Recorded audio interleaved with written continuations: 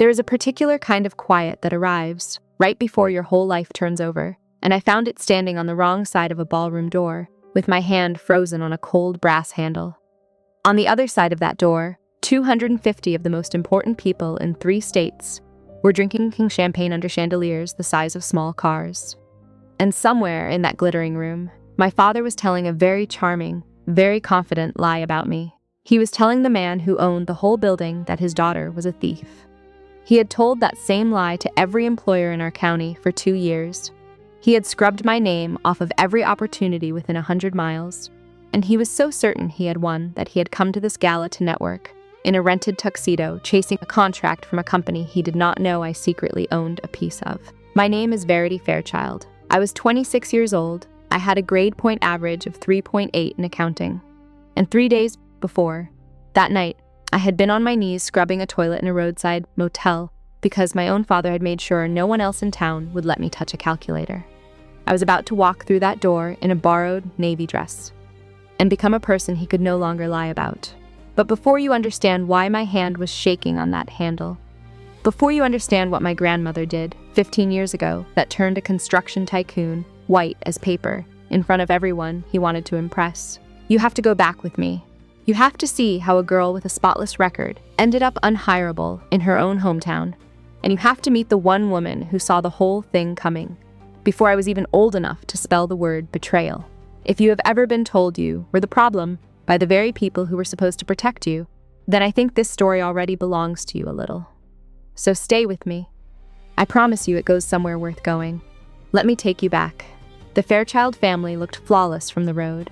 We lived in Sparta, a small town tucked into the green hills of White County, Tennessee, the kind of place where everyone knows your last name before they know your first. My father, Roderick Fairchild, owned Fairchild Construction, which had poured the foundations for half the commercial buildings in the county. Our house was a 2-story brick colonial on 4 acres, with a garage that held his black sedan, my mother's white one, and my brother's sports car, a graduation gift for finishing his business degree. My mother, Maribel, kept the good china for Sunday dinners and cut fresh flowers for the front hall every single week, and she wore a smile in public that never once cracked, no matter what was happening behind her eyes.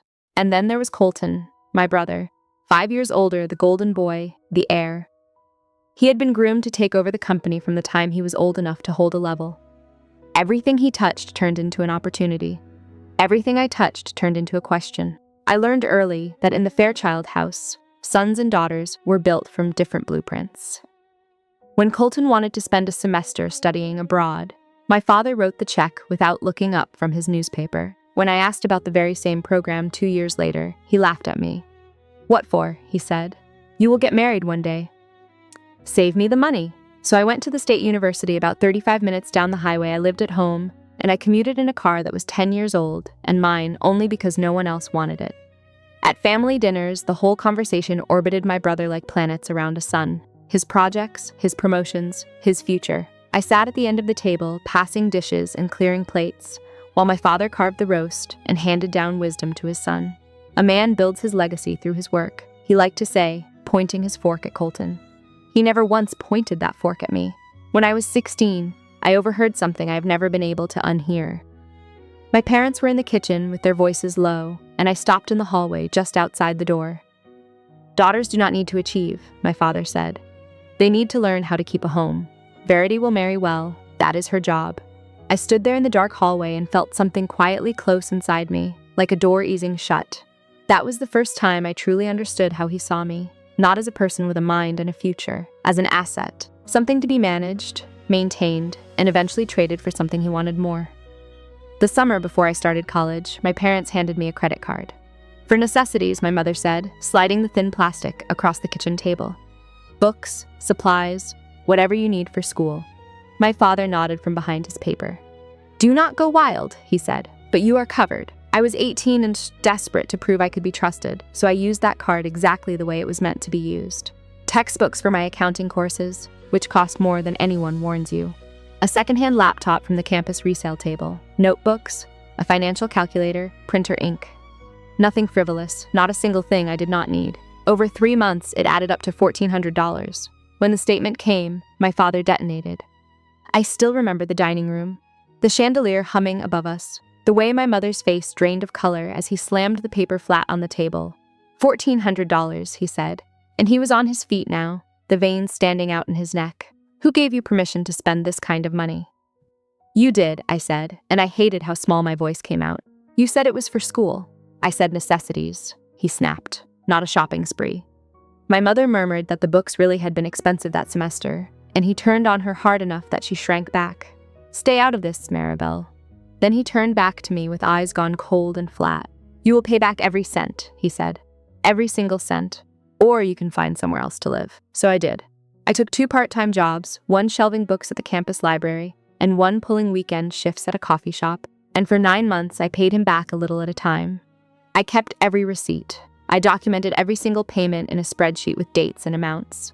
Because even then, some careful animal part of me knew I might one day need proof, and the money was not even the real cost. Working nearly 28 hours a week meant I could not carry a full course load, which meant my 4-year degree stretched into 6. 2 extra years of tuition my father refused to help with. 2 extra years of commuting from a house where I was reminded daily that I was a burden. I thought when I finished paying him back, it would be over. I thought he would forget. But my father never forgot anything. He filed it away, and he waited, because he knew exactly how to turn an old debt into a weapon. That night, my mother found me crying in my room. She sat on the edge of my bed and stroked my hair and told me, "Your father just wants to teach you the value of money. He loves you, do not be angry." I wanted so badly to believe her. Believing her was the mistake I kept making for years. The only person who ever made me feel like I mattered was my grandmother. Augusta Vandermeer was not a soft woman. She had built a chain of hardware and garden stores out of absolutely nothing, starting with 1 dusty storefront in 1974 and growing it to 14 locations spread across the state before she sold the whole operation at 66 and retired with enough money to never think about money again. She was sharp and practical, and she saw the things other people worked hard not to see, including exactly what was happening inside her own daughter's marriage. I spent my childhood summers at her house, which smelled like cut grass and old paperbacks. She taught me to read a balance sheet before I was 12. She showed me how compound interest worked, using her own real investment statements spread across her kitchen table, tapping the numbers with 1 finger. Build something that is yours, Verity, she told me more than once. Something no one can take, then no one owns you. I did not understand yet how much weight was packed into those words. To me, it was just grandma being grandma. But she was watching my father the whole time, at every holiday and every birthday. I noticed the way her eyes narrowed when he waved off my opinions. I noticed the way her jaw tightened when Colton got praised and I got overlooked, as if she were filing each moment away for a purpose I could not yet see. One evening when I was 15, we were sitting on her back porch, watching the sun go down over her garden, and out of nowhere she took my hand. Her grip was stronger than an old woman's grip should be. "Verity," she said quietly, "I want you to remember something." I looked at her, and her eyes were serious in a way I had never seen. "I have already prepared for your future," she said. "When the time comes, you will know." "Prepared what, Grandma?" I asked. She smiled, but the smile did not reach her eyes. "Your father cannot control everything," she said. "Neither can your mother. Someday you are going to need help that they will refuse to give you. When that day comes, you will be ready." I was 15. I thought she was being dramatic. I squeezed her hand and changed the subject and forgot about it for years. Just over 2 years ago, my grandmother passed away at 79. I did not know then that she had left me something worth far more than money. She had left me a way out, and she had hidden it so well that even the man who spent 2 years trying to destroy me never once suspected it existed. I graduated at the top of my class, summa cum laude, 3.8, on the dean's list every semester. One of my professors, a woman who had spent a decade as a partner at a major accounting firm before she started teaching, wrote me a recommendation letter so glowing I actually cried reading it. For the first time in my whole life, I had something that was completely mine. Credentials no one could dismiss, a record no one could argue with, or so I believed. The graduation ceremony was on a Saturday in May. I walked across that stage in my cap and gown with my diploma in my hand, and I scanned the crowd for my family. They were there, but they were not watching me. My father and mother sat on either side of Colton in the 3rd row, and the 3 of them had their heads bent together, laughing about something. When my name was called over the speakers, none of them looked up. The only person who would have been on her feet clapping was 2 years in the ground. Afterward, my father found me outside the auditorium. "Nice work," he said, in the same flat tone he used for the man who read the water meter. "Listen, I have a proposition. Come work at the company. We need somebody to handle the books." For half a second, my heart lifted right off the ground. Maybe, I thought, maybe he finally sees me. "The position is unpaid for the first year," he continued. "Consider it an apprenticeship. You will live at home, help your mother, learn the business, and in a few years when Colton takes over, you will be useful to him. Unpaid, living at home, useful to my brother." I took a slow breath and I said, "I appreciate the offer, Dad, but I would like to try finding work on my own first. Get a little outside experience." His face did not move, but something behind his eyes went cold and still, like water freezing over. "Fine," he said softly. "Try it your way." Then he turned and walked back to the car where my mother and brother were waiting, and not one of them looked back. I stood alone in that parking lot, holding my diploma, and told myself I had made the right choice. I had no idea that his silence was not disappointment. It was a declaration of war.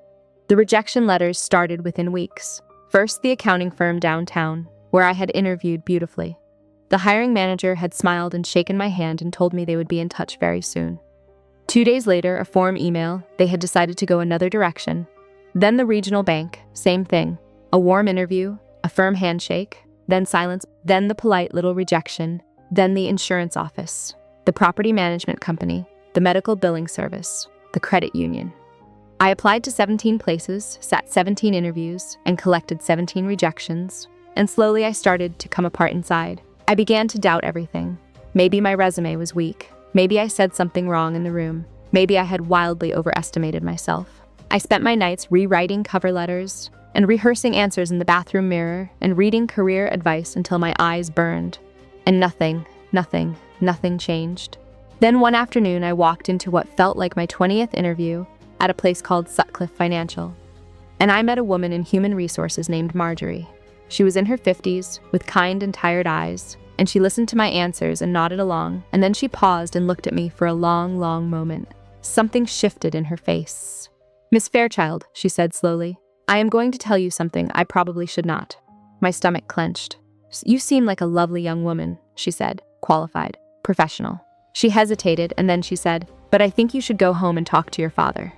"My father," I said. "Why?" She pressed her lips together, clearly miserable. "I cannot say more than that," she said. "Just ask him. Ask him why no one in this town will hire you." Then she stood up, and the interview was over. I drove home with my hands shaking on the wheel, a cold certainty gathering in my chest, something I did not want to believe, but suddenly could not unsee. That night, I found my father in his study, sitting behind the heavy desk he had imported from overseas, a glass of scotch, sweating on a leather coaster beside his hand. "Dad," I said, "I need to talk to you." He did not look up from his papers. "Make it quick." "Why can't I get a job?" I asked. That made him look up. A small smile tugged at the corner of his mouth, and in that single moment I knew. "You called them," I whispered. "You called all of them." He leaned back in his chair and swirled his scotch. "I told them the truth," he said. "What truth?" I said. "That your daughter is a thief." He said it as casually as if he were commenting on the weather. "That she stole $1,400 from her own family," he said. "That she cannot be trusted with money." The floor seemed to tip under me. "I paid that back," I said. "Every cent, and you know I paid it back." "Did you?" he said, and shrugged. "That is not how I remember it. Those were textbooks." My voice cracked. "Textbooks you told me I could buy." "What I remember," he interrupted smoothly, "is my daughter stealing from me. And I think any employer deserves to know exactly what kind of person they would be hiring." My mother appeared in the doorway then, twisting her hands together. Something flickered across her face.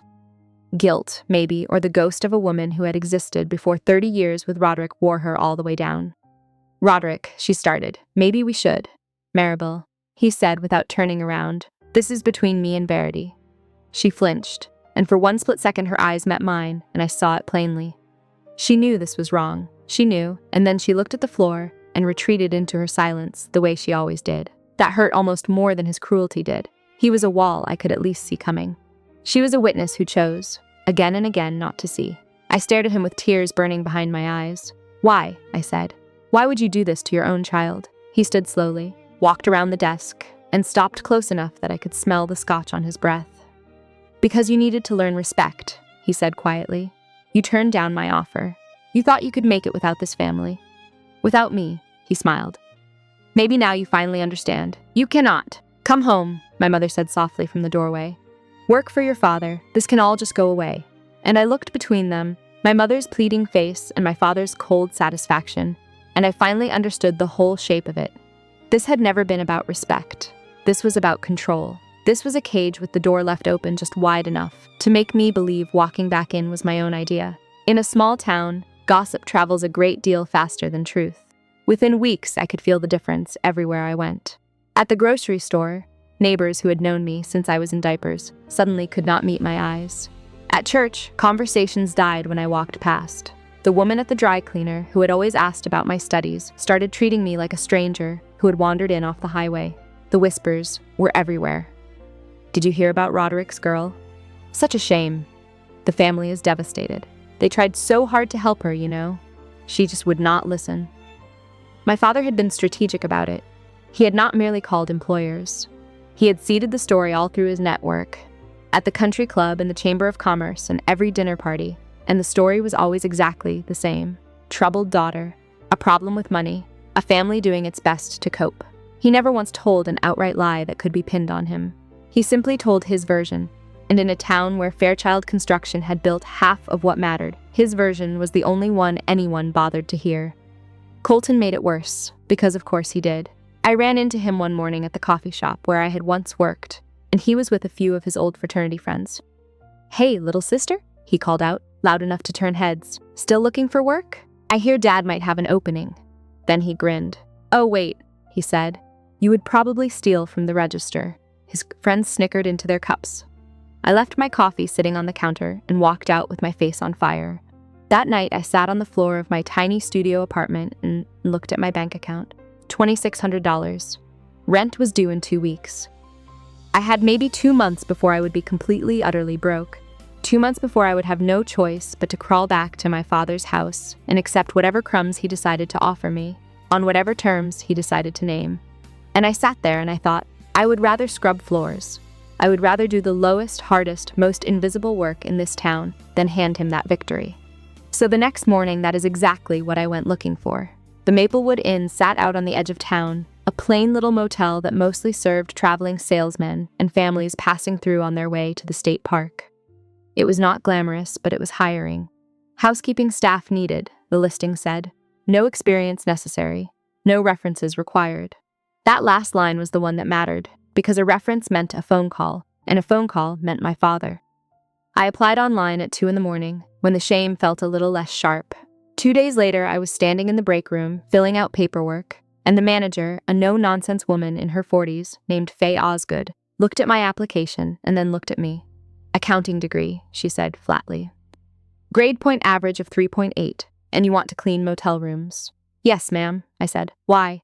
I could have lied. I could have said something about wanting hospitality experience. But I was so tired of lies, so I told her the truth. "Because no one else in this town will hire me," I said, "and I need to eat." She studied me for a long moment, and I braced for the door to slam, for her to say she would need to check with someone.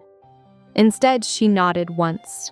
"I do not care what people say about you, Miss Fairchild," she said. "I care whether you show up on time and do the work." Then she slid a pale blue uniform across the desk, the kind of stiff polyester that wrinkles if you look at it wrong. "Shift starts at 6, she said. "Do not be late." So that became my life. Minimum wage, early shifts, scrubbing toilets and stripping beds, and hauling carts of dirty linens down long fluorescent hallways, while people who used to nod at me in church pretended they did not see me. But it was honest work, and it was mine, and the one thing my father could not do was take it away, because he did not even know it existed. I told myself that every morning. He cannot touch this, something no one can take. 6 months into that job, my family decided to have dinner at the Maplewood Inn. I do not believe in coincidences anymore. It was a Friday evening, and I was pushing my supply cart down the service corridor when I heard a laugh I would have known anywhere. My father's booming, self-satisfied bark.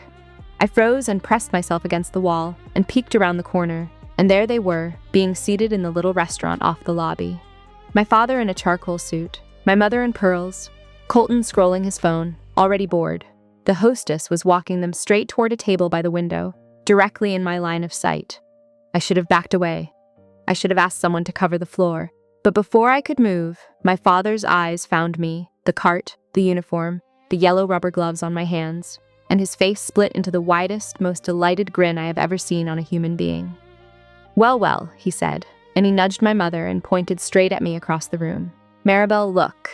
Our daughter found her calling." My mother's face flickered with something, shame or something worse, and she looked down at her napkin. Colton just laughed. "Hey, Verity," he called out, loud enough for every diner in that room to hear. "You missed a spot in room 211. Heads turned. Some of them recognized me. I saw the whispers start to spread from table to table. And I stood there in my wrinkled polyester with a toilet brush in one gloved hand while my family watched me from behind their white tablecloth and their crystal water glasses. And my father lifted his wine glass toward me in a slow, mocking toast. "Maybe now," he said, just loud enough to carry across the whole room, "you will finally learn to respect us." I did not cry, I did not run. I turned my cart around and pushed it back down that corridor with my chin level. And somewhere in the middle of that long walk, something inside me changed temperature and set hard like concrete. I remembered my grandmother's hand on mine on that porch. "When the time comes, you will know." And I thought, "All right, Grandma, when? Because I am ready now. I have never been more ready in my life." 3 weeks after that dinner, I was going through a box of old things in my closet, trying to find anything I could sell to make rent, when I found my old phone at the bottom. The screen cracked, the battery long dead. I had upgraded more than a year before and forgotten it existed. For no real reason at all, I plugged it into the wall, and when it finally shuddered to life, a flood of old notifications poured across the screen. Texts from college friends I had lost touch with, spam, and one voicemail, dated just over 2 years back, from right after my grandmother's funeral. My heart started pounding before I even understood why. I pressed play. "Miss Fairchild," said a professional, measured voice. "This is Barnaby Locke, from the law firm of Locke and Danforth. I am calling regarding the estate of Augusta Vandermeer. There are documents pertaining to her wishes that require your attention. Please contact our office at your earliest convenience." The message ended. I sat there on my closet floor and did the math with numb fingers. 2 years. I had missed this call 2 years ago, in the fog right after we buried her, when I was not checking anything, when I had simply believed what I was told. And what I had been told was that Grandma had left everything to charity, with small keepsakes for each grandchild, nothing significant. My father had said that. "Your grandmother was always sentimental," he had said, waving it off. I had believed him. Of course I had believed him. I grabbed my current phone and dialed the firm with shaking hands. A receptionist answered. "I am trying to reach Barnaby Locke," I said. "He called me about my grandmother's estate, Augusta Vandermeer." There was a pause and some clicking. "I am sorry," she said. "Mr. Locke retired last year for health reasons, and his active files were distributed among our other attorneys." Another pause, more clicking. "I do see a note here," she said slowly, "that Mr. Locke attempted to reach you a number of times 2 years ago. The file indicates the calls went unanswered, and that a family representative, a Mr. Roderick Fairchild, eventually contacted this office and stated that you were not interested in pursuing the matter." My blood turned to ice water in my veins. "My father said that," I whispered. "I am only reading the note, ma'am," she said gently. "It says, family representative confirmed the beneficiary declined further contact." He had intercepted it. He had reached into my grandmother's estate, told her lawyers I did not care, and closed the door before I ever knew there was a door. "Can you tell me where the file went?" I asked. "Who has it now?" "I would have to look into that and call you back," she said, and something in her careful tone told me I would never hear from her again. And I did not. The trail went cold that day, but now I knew one thing for certain that changed everything. There was something in my grandmother's estate that my father had gone out of his way to hide from me. Something he did not want me anywhere near, and a man like Roderick Fairchild does not lift a finger to hide something small. A month later, my father called me. I almost let it ring out, but something, maybe pure exhaustion, maybe some last flicker of hope, made me answer. "Verity," he said, and his voice was warm, far too warm. "How are you?" "Fine, Dad." "Listen," he said, "I have been thinking. This has gone on long enough. Your mother misses you. I miss you. Come home." I stared up at the water stain on my ceiling that I could not afford to have fixed. "Come home and do what?" I said. "Work at the company," he said. "We need help with the books. I will pay you. Not much at first, but something. You will live with us, save money, get back on your feet." And it almost sounded reasonable. "Almost. And the job hunting," I said. "Everything you told people about me. Water under the bridge," he said. "Come home and I will make a few calls, clear it all up." "And if I do not come?" I asked. His tone shifted then, the warmth draining out of it like someone had pulled a plug. Then you can keep scrubbing toilets until you wise up, he said. Your choice. And he hung up. That night, my mother called separately, her voice soft and pleading. Please, Verity, just come home. Stop being so stubborn. Your father only wants what is best for you. Does he, Mom? I said. Or does he just want to own me? That is unfair, she said. He is your father. He loves you in his own way. His way is destroying my life, I said. There was a silence, and then, very quietly, she said, You are making this so much harder than it needs to be. I hung up without saying goodbye. An hour after that, Colton texted. Just give up already, sis. You are embarrassing yourself and all of us. I did not answer him. Instead, I opened my laptop and started applying to jobs far, far outside our county. Places where the Fairchild name meant absolutely nothing. Because I had realized something that night. They were not offering me a home. They were negotiating a surrender. 2 weeks later, I learned exactly what the surrender was really for. I was working a late shift, restocking supplies in a second-floor closet, when voices drifted up through the ventilation duct from the restaurant below. The ductwork in that old motel carried sound in strange ways, a flaw I had long since learned to tune out. But then I heard my father's name, and then I heard my own, and I went absolutely still and pressed my ear to the cold metal grate. I am telling you, Sheldon, my father was saying, jovial and expansive, it is perfect timing. Your boy is looking to settle down. My girl needs some stability. We merged the families. We merged the businesses. Fairchild Construction and Barlow Mechanical together, and we own every major bid in this half of the state. A second voice, older and gravelly, answered. She is the one who has been causing you all the grief, though, he said. The theft business. That is handled, my father said smoothly. She is almost ready to come home. A few more months of this, and she will agree to just about anything, including sitting down to dinner with your Grady. So what are we talking about? The other man said. An arranged marriage. I prefer strategic alliance, my father said, and laughed. But yes, she will do what she is told. By the time I am finished, she will not have a single other option left. The other man chuckled. Roderick, he said, you are a piece of work. All right, let us talk numbers. The conversation slid off into contracts and margins, and I did not hear a word of it. I had slid down the closet wall until I was sitting on the floor among the bleach and the toilet paper, my heart slamming against my ribs. He was not just trying to control me. He was planning to sell me. He was going to grind me down with poverty and shame until I was desperate enough to marry a stranger named Grady Barlow, so that 2 construction men could carve up the county between them. His daughter was not a person to him. She was a signature on a merger. And sitting on that floor, I thought about my grandmother. Again, her warning, her promise that she had prepared something. I did not know what she had left me. I did not know how to find it, and the one lawyer who did had retired and vanished. But I knew, with a certainty that felt like bedrock, one single thing. I could not stay in this town no matter what it cost me. Not one more month. Not one more dinner. I had to build a door of my own and walk through it before he could finish building his cage. So I did the only thing I could. I applied everywhere. Nashville, Charlotte, Dallas, Kansas City. Cities I had never even visited. Places my father's gossip could not possibly reach. And the rejection still came, just for different reasons now. Some wanted references I could not give. Others wanted me to explain the 2-year gap on my resume.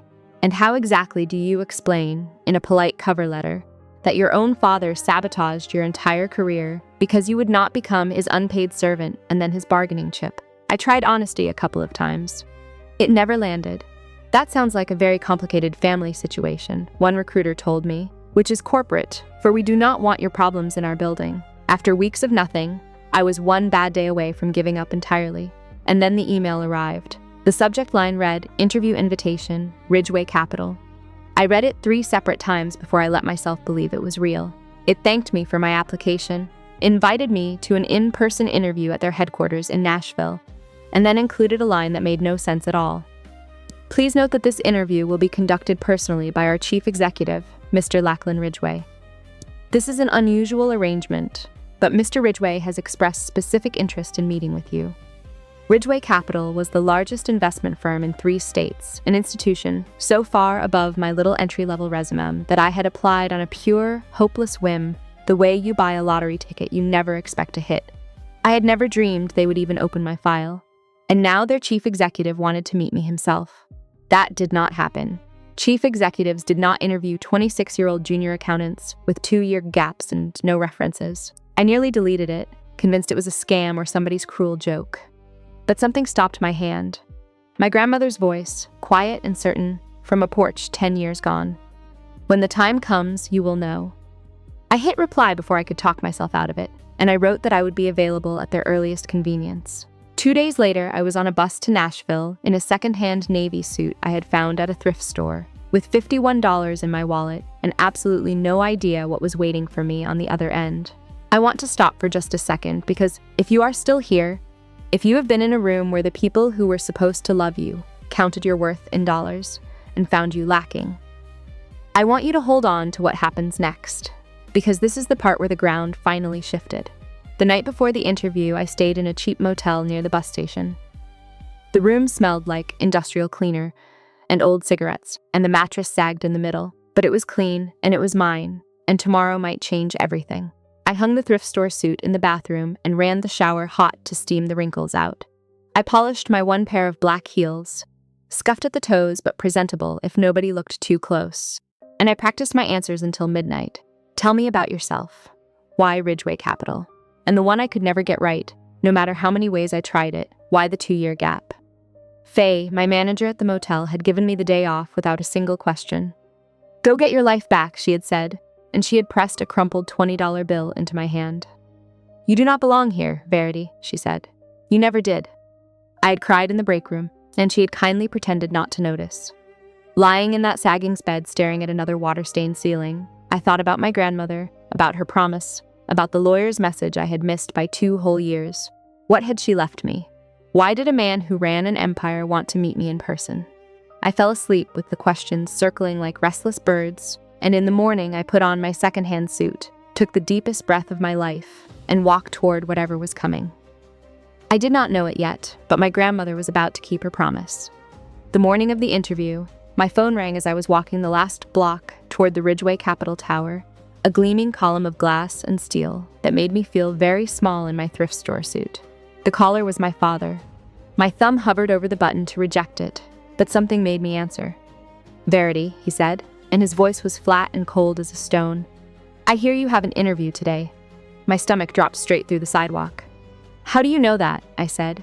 Your brother follows those little social media accounts of yours, he said, very careless, tagging your location at the bus station, buying a ticket to the city. He did some digging, figured out which firms you had been applying to.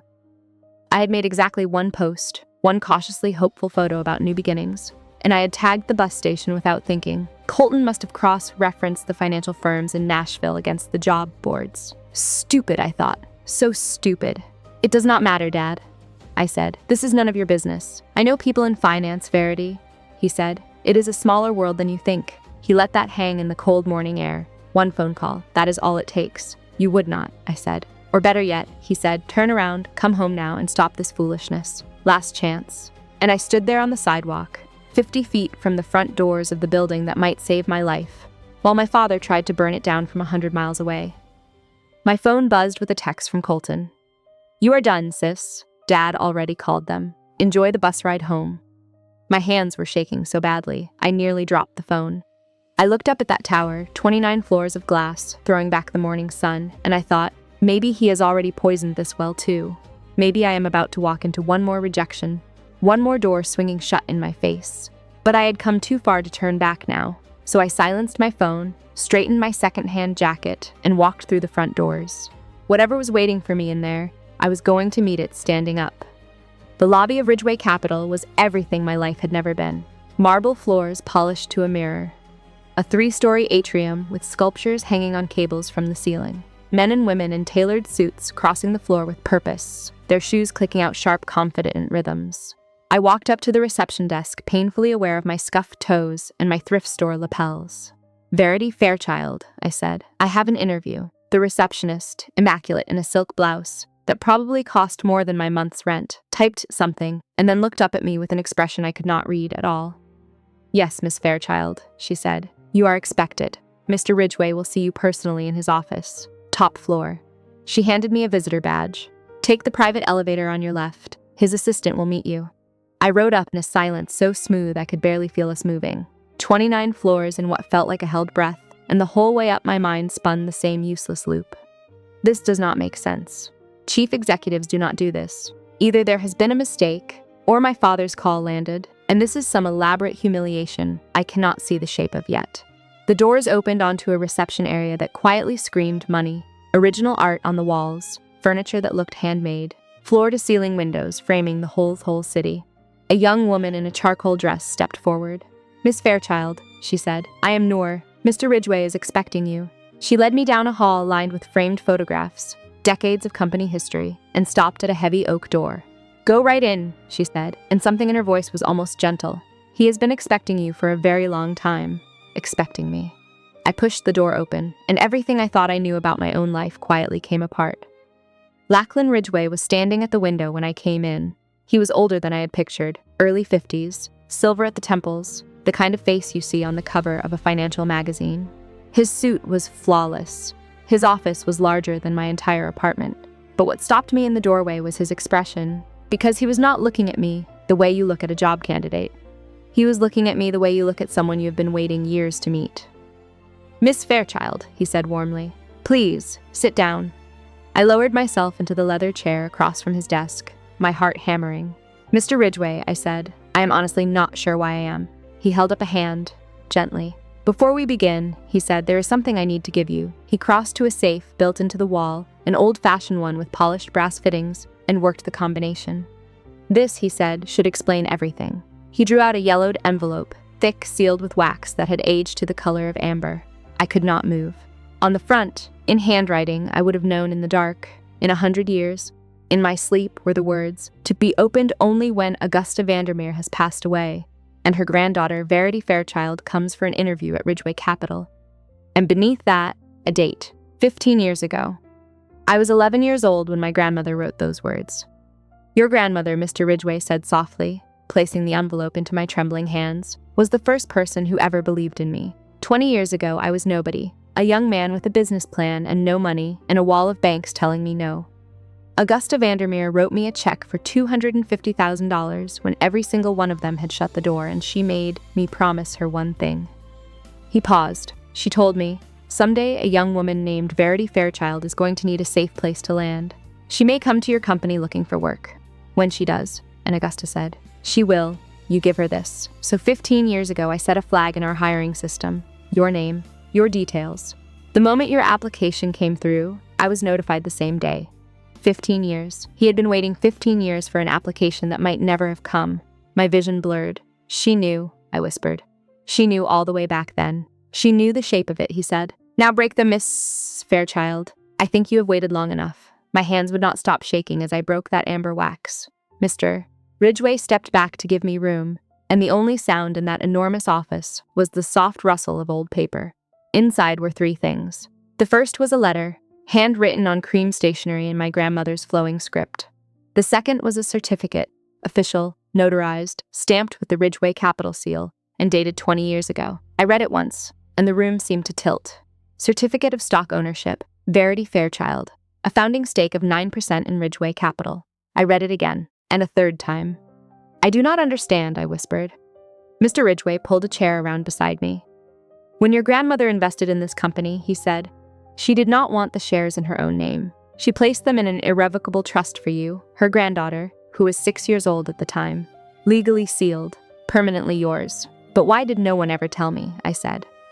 "Because that is exactly how she built it," he said. "The trust was designed to stay completely silent until one of 2 things happened. Either your grandmother passed away, or you came to this company seeking work, whichever came first." And she was very specific about one more thing. She did not name your parents as trustees. She would not put it anywhere your father could reach it, or touch it, or talk anyone out of it. She used an independent trustee in this firm's own counsel, precisely so that no one in your family would ever have the power to take it from you. She wanted you to have a door, he said, that your father could not lock. The third item was a small leather journal, its pages gone soft and yellow with age. I opened it, and inside were years of my grandmother's handwriting, dated entries stretching back decades. Roderick screamed at Maribel about the household spending again. She cried for 2 hours, and another. Roderick refused to pay for Verity's music lessons, called them a waste on a girl. And another. Roderick forbade Verity from applying out of state, said women do not need fancy degrees. Page after page after page. She had been watching and documenting and quietly preparing for my entire life. "Your grandmother," Mr. Ridgway said quietly, knew exactly what kind of man your father is. She could not stop him directly. Your mother would not leave.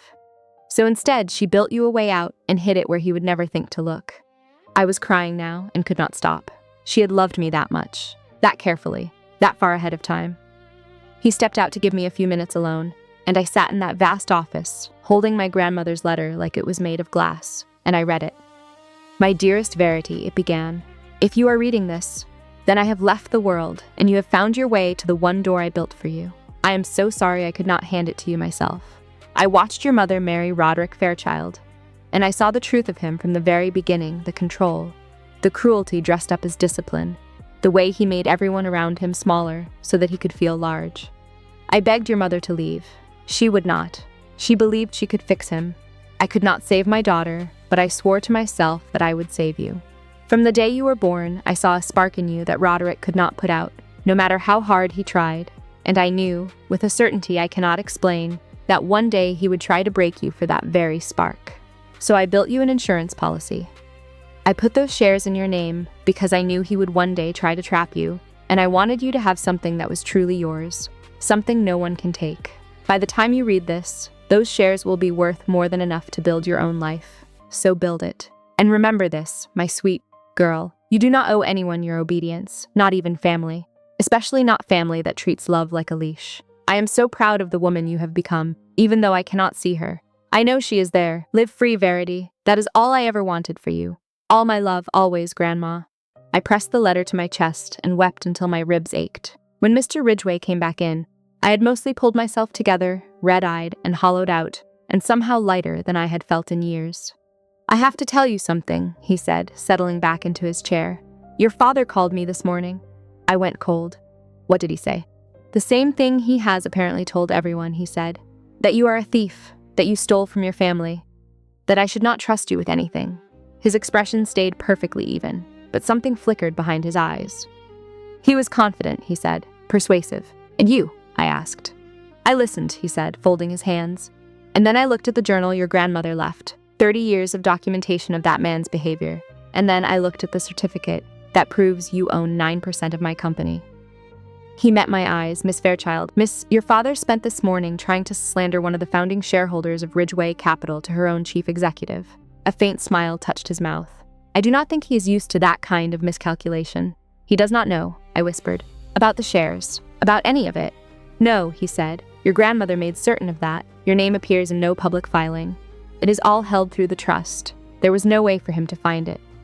So when he called you, I said slowly, he was trying to sabotage someone who on paper is technically one of his own daughter's companies. Ridgway leaned back. I have been in this business a long time, he said. I have never seen anything quite like it. And I thought about my father, so smugly sure he had crushed my last chance from 100 miles away. I thought about Colton's gloating little text. They had no idea what was already sitting in a safe on the 29th floor. And for the first time in 2 years, I smiled. There is something I would like to propose, Ridgway said, leaning forward. I wiped my eyes, still holding my grandmother's letter. I am listening, I said. Next week, he said, Ridgway Capital hosts its annual charity gala. Our biggest event of the year. Clients, investors, community leaders. He paused. Your father will be there. My stomach clenched. He is invited, I said. He invited himself. Actually, Ridgway said dryly. He has been trying to network his way into a contract with us for months. He seems to think his construction company would make a fine partner. I have been politely declining. So what are you proposing? I said. I would like to introduce you at that gala, he said, as our newest senior financial analyst.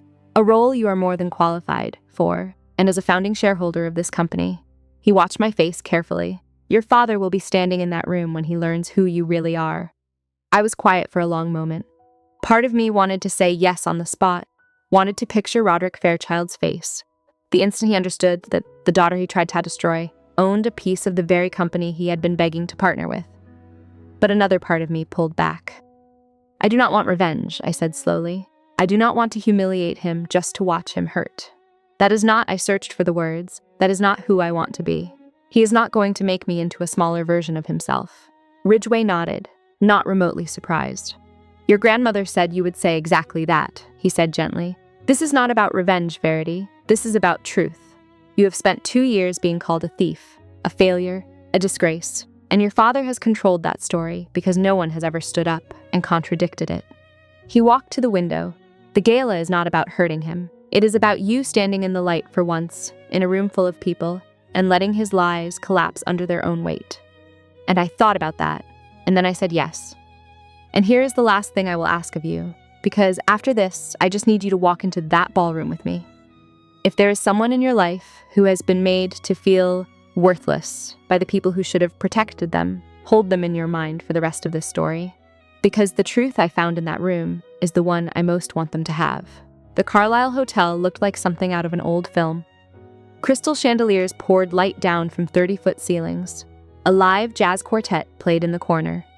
Waiters in white gloves moved through the crowd with champagne and tiny perfect canapes, and the guest list read like a directory of everyone who mattered in 3 states, executives and elected officials and philanthropists, old money and new.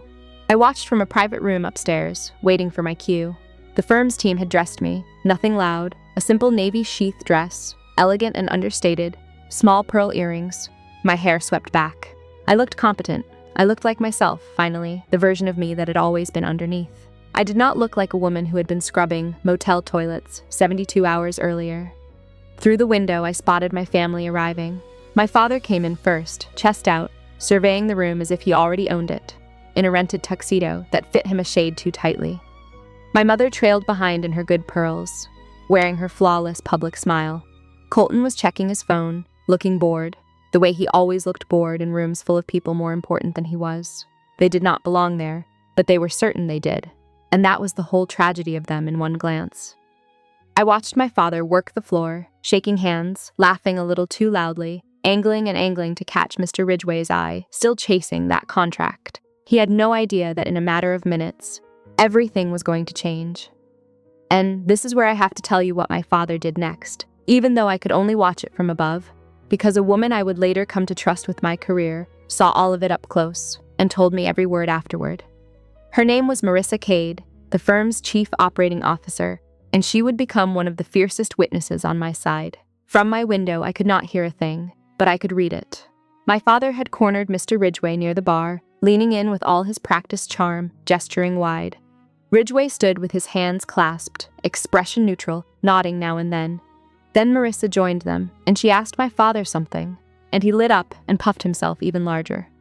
And then his face shifted into something darker, and I knew, even from that distance, that he had started talking about me. I watched Marissa's polite interest curdle into confusion. She glanced at Ridgway. Ridgway said something back. My father laughed, that hollow, confident laugh of a man who believed he was winning, and kept right on spinning his story, the troubled daughter, the thief, the family disgrace. My mother stood a few feet away, nodding along, the perfect supportive wife. Colton was at the bar flirting with somebody's daughter, oblivious to all of it. This was my doing the one thing they had always done. And I felt the old shame try to rise in my chest, that familiar burn of being reduced and defined by someone else's lie. But it could not get a grip on me anymore, because this time I had something they did not know existed. This time I had the truth, sealed and notarized, and sitting in a folder downstairs. "Miss Fairchild," said Noor, appearing softly at my elbow. "Mr. Ridgway is beginning his remarks. You will be introduced in 5 minutes." I smoothed my dress and touched the clutch that held a copy of my grandmother's letter. I want to be clear about that, because it mattered to me, and it mattered to the firm's lawyers. The originals, the trust certificate, and the notarized filings never left the safekeeping of Ridgway Capital's legal team and the independent trustee. What we carried into that ballroom were certified copies, because my grandmother had not built something this careful, only for me to wave the one irreplaceable proof of it around a room full of champagne. 5 minutes, I thought. 5 minutes until Roderick Fairchild learned who his daughter really was. Mr. Ridgway took the microphone as the crowd gathered close. "Good evening, everyone," he said, and thanked them for coming. And I caught only fragments through the door: community, gratitude, partnerships built over 20 years. And then his voice changed. "Before we continue," he said, "I would like to introduce someone very special. Someone who represents the values this company was founded on: integrity, perseverance, and the courage to stand alone when standing alone is the only honest thing left to do." Noor touched my arm. "That is your cue." I stepped through the side door and into the ballroom, and 250 faces turned toward me. I walked steadily, chin level, toward the small stage where Mr. Ridgway waited, my heels clicking against the marble, the navy dress catching the chandelier light. I did not look at my father, not yet, but I felt the exact instant he saw me. A sharp intake of breath somewhere to my left. A muttered curse, and then the bright, ugly shatter of a champagne flute hitting the floor. That was Colton. I kept walking. "Ladies and gentlemen," Ridgway said, his voice warm and clear across the silent room. "Please welcome the newest senior financial analyst of Ridgway Capital, and someone's very dear to this company's history, Miss Verity Fairchild." Polite applause rippled through the crowd. I reached the stage. Ridgway shook my hand and murmured, "You are doing beautifully." And I turned to face the room, and at last I let myself look at my father. Roderick Fairchild stood frozen near the bar, his face the color of paper, his mouth open. My mother had grabbed his arm, her knuckles white. Colton was staring down at the broken glass at his feet, like he could not understand how it got there. And I smiled, not cruelly, not in triumph, just calmly. "Thank you," I said into the microphone. "It is an honor to be here." And that was when my father started moving toward the stage, his face twisting with rage. "Verity," he said, loud enough to cut through the murmur, shoving past a waiter and nearly sending a tray of champagne to the floor. "What the hell do you think you are doing here?" The room went dead quiet. 250 people watched Roderick Fairchild storm toward the stage. "Security," he barked, casting around wildly. "Somebody get security. This woman does not belong here." Mr. Ridgway stepped forward, his voice calm but carrying to every corner of the room. "Fairchild," he said, "I would strongly suggest you lower your voice." "You do not understand," my father sputtered, jabbing his finger at me. "She is a thief, I told you this morning. She stole from her own family. She is not qualified to." "Not qualified," Ridgway said, and one eyebrow rose. "Mr. Fairchild, I am extremely well acquainted with Miss Fairchild's qualifications. You cannot possibly," my father started. "I am also aware," Ridgway went on, "that you have spent the past 2 years personally contacting every employer in your county to destroy your own daughter's career. I am aware that the theft you keep referring to was $1,400 in textbooks, which she repaid in full, with receipts." His voice hardened just slightly. "And I am aware that you have been attempting to force your daughter into an arranged marriage to secure a business partnership for yourself." Gasps moved through the crowd like wind through a field. My father's face went from red to white. "That is, how do you?" he stammered. "Your daughter," Ridgway continued, "is not merely an employee of Ridgway Capital." He paused, letting the silence stretch until it was almost unbearable. "Verity Fairchild owns 9% of this company. She has been a founding shareholder since she was 6 years old." He turned to me. "Her grandmother, Augusta Vandermeer, invested in this firm before anyone else in the world believed in it, and she placed those shares in Verity's name specifically to protect her from people exactly like you." The room erupted in whispers. I looked at my father, and his mouth opened and opened again, and not one sound came out. He found his voice, and it came out as a shout. "This is a scam," he said, wheeling around to look for an ally, any ally, in a room full of people who no longer wanted to meet his eyes. "This is fraud." My mother-in-law was senile at the end. "These documents cannot possibly be." "The documents," Ridgway said quietly, "have been verified by 3 independent attorneys, notarized, sealed, filed with the state 20 years ago. There is no ambiguity here, Mr. Fairchild, and everything relevant has been reviewed by counsel, who answer to no one in your family." "I will sue," my father said, sweating now, his whole carefully built image cracking apart in real time. "I will sue this entire company for." "For what?" Ridgway said, and his voice was almost soft. "For honoring a legal investment made 2 decades ago." My mother had pushed through the crowd to reach him. "Roderick," she hissed, tugging at his sleeve. "Everyone is watching, please." He shook her off so hard she stumbled. "You," he said, turning on me, his finger trembling in the air. "You ungrateful little. After everything I did for you, I raised you, I fed you, and this is how you repay me." I said nothing. I let him keep going, because a man like my father, given enough silence, will always tell a room exactly who he is. "I destroyed your career because you needed to learn respect," he said, and his voice cracked down the middle. "You needed to understand that family comes first, that daughters do not defy their fathers." The room was utterly silent now, every eye on Roderick Fairchild, every ear taking in precisely what kind of man he was. "I made you clean toilets," he screamed. "I made sure no one in that county would hire you. And you know what? I would do it again, because that is what happens when you disobey me. That is what you deserve." Colton stepped forward, his own face pale, trying to salvage something. "Dad, stop," he said. "We should go. This is not the place." "No," my father snarled. and shoved him back so hard my brother collided with a waiter. And I watched something change in Colton's face in that instant. For 31 years, he had been the golden child, the heir, the one who did everything right, and now he was watching his father detonate in front of every business contact he would ever need. And for the first time in his life, my brother looked at our father the way I had always seen him. But then Colton, being Colton, chose the family line anyway. "She is nothing," he said, quieter, uglier. "She has always been nothing. Her grandmother was a meddling old fool, and a piece of paper does not change what she is. A thief and a failure and an embarrassment to this family." I want you to understand that my brother had a choice in that exact moment, standing there with the truth laid out in front of 250 witnesses. And he chose, one more time, to spend himself defending the lie because the lie was where his own comfort lived. He was never an innocent bystander in what my father did to me. He was a beneficiary of it, and his silence over 2 years had been its own kind of signature. My father was panting now, his face gone purple, spittle at the corners of his mouth. And nobody in that ballroom was looking at me anymore. They were all looking at him, and at last they saw exactly what I had always known. I stepped forward to the microphone. "I did not come here tonight to humiliate anyone," I said, and my voice was steady in a way that surprised even me. "I did not come here for revenge." My father glared at me, but he had spent all his ammunition, and he had nothing left in the chamber. "I came here," I said, "because I spent 2 years being called a thief, a failure, a disgrace. I was blacklisted from every job in my county. I was mocked for working the only job I could get, and I was told that if I wanted to survive, I would have to hand my freedom to a man who saw me as property to be traded." I looked at my father then, not with hatred, not even with anger, just with a clear, cool clarity. "The $1,400 my father calls theft was money he handed me to buy textbooks," I said. "I paid back every cent, and I kept every receipt." I paused. "But even if I had not, even if I had made a genuine mistake at 18 years old, does that justify 2 years of deliberate sabotage? Does that justify trying to sell your own daughter into a marriage to close a business deal?"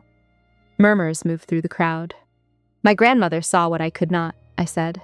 "She knew what kind of man my father was, long before I would let myself believe it. She could not save my mother, but she found a way to save me. Not with magic, not with luck, but with planning, and legal documents, and a love that looked 20 years down the road and built me a door where there was only ever supposed to be a wall." I turned back to Roderick Fairchild one last time. "Dad," I said, "I do not hate you, but I am done. I am done seeking your approval. I am done letting you define what I am worth." My voice did not shake. "This is my boundary," I said. "I wish you well, from a distance, but I will never again let you run my life." And then I stepped back from the microphone, and the room erupted in applause. My family left the gala without another word.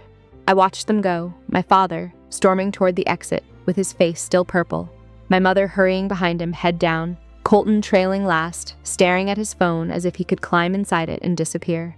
No one stopped them. No one tried to smooth it over with polite conversation. 250 people watched Roderick Fairchild walk out in total silence, and the silence said more than any speech ever could. After they were gone, the whole room seemed to exhale. The jazz quartet started up again. Conversations resumed, softer now, and then something I did not expect began to happen. A woman came up to me, in her 50s, elegant, wearing pearls, and it took me a moment to place her, and then I did. Marjorie, the human resources director from Sutcliffe Financial, the one who had told me, months ago, to go home and ask my father. "Miss Fairchild," she said, and her voice was low with shame, "I owe you an apology. A very large one." "It is all right," I said. "It is not," she said firmly, and she pressed her business card into my hand.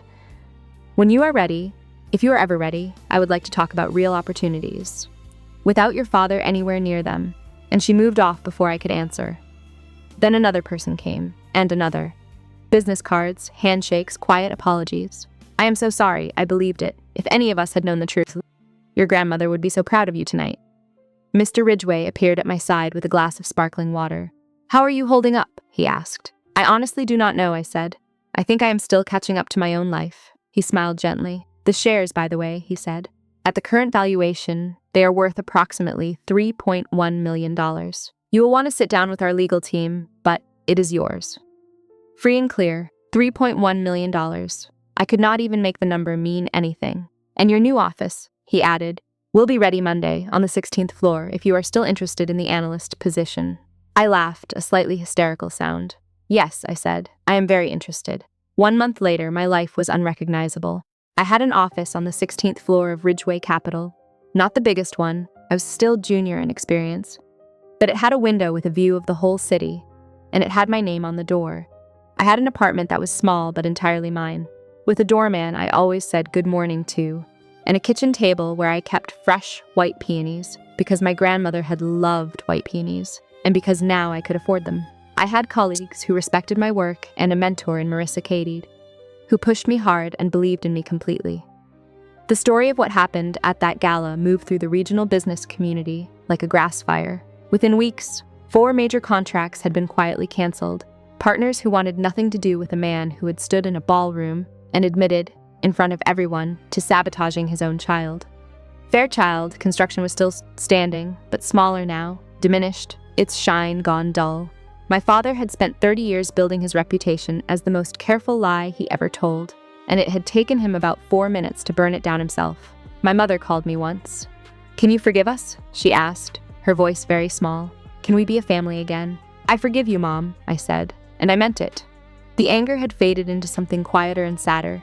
"But I am not coming back," I said. "I cannot live under those conditions again, and I will not pretend that what happened did not happen," she cried. I listened, and when she hung up, I felt grief, but I did not feel guilt, and I understood, finally, that those two things had always been different, and that my whole life I had been made to confuse them. Colton texted me an apology a week after that, generic and smooth, the kind of thing a public relations consultant drafts. I wrote back, "Thank you," and nothing else. Maybe someday we would build something real.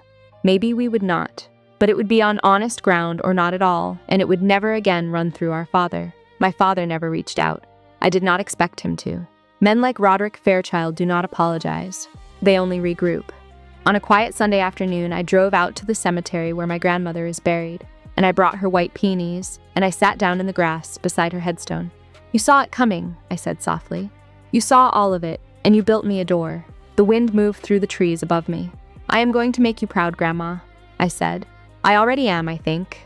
And I sat there until the sun went down, and for the first time in as long as I could remember, I felt completely, weightlessly free. Sometimes I still take out her letter and read it again. The paper has gone soft at the creases from all the handling. "Build something that is yours, Verity. Something no one can take." I look at that line, and then I look around at the life I am building, brick by careful brick, and I understand what she was really telling me all those years on that porch. She was not talking about money, or shares, or a firm on the 29th floor. She was talking about a self, a life that belongs to you so completely that no one can price it, or trade it, or take it away. So here's what 2 years of being called worthless finally taught me. And I want to leave it with you, because I think you may have needed it as much as I did. Love that requires your obedience was never love at all.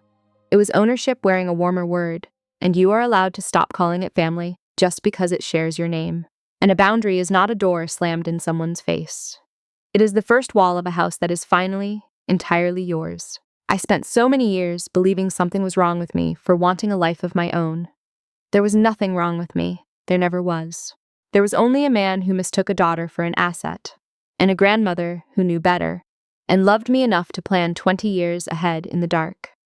If you are out there right now, stuck in a family that measures your worth on a scale you never agreed to, made to feel small by the very people who were supposed to hold you up, I need you to hear the one true thing I know. It can get better. You can get out. Sometimes the help you need is already waiting for you, in a place you have not thought to look yet, prepared by someone who saw you clearly a long time ago. And sometimes you will have to build the door yourself, one impossible day at a time. Either way, build it. Something no one can take. If this story reached something in you, share it with the one person you thought of while you listened. They may be standing on the wrong side of a door right now, with their hand frozen on the handle, waiting for a reason to walk through. Be that reason, and then go build the life that has your name on the door.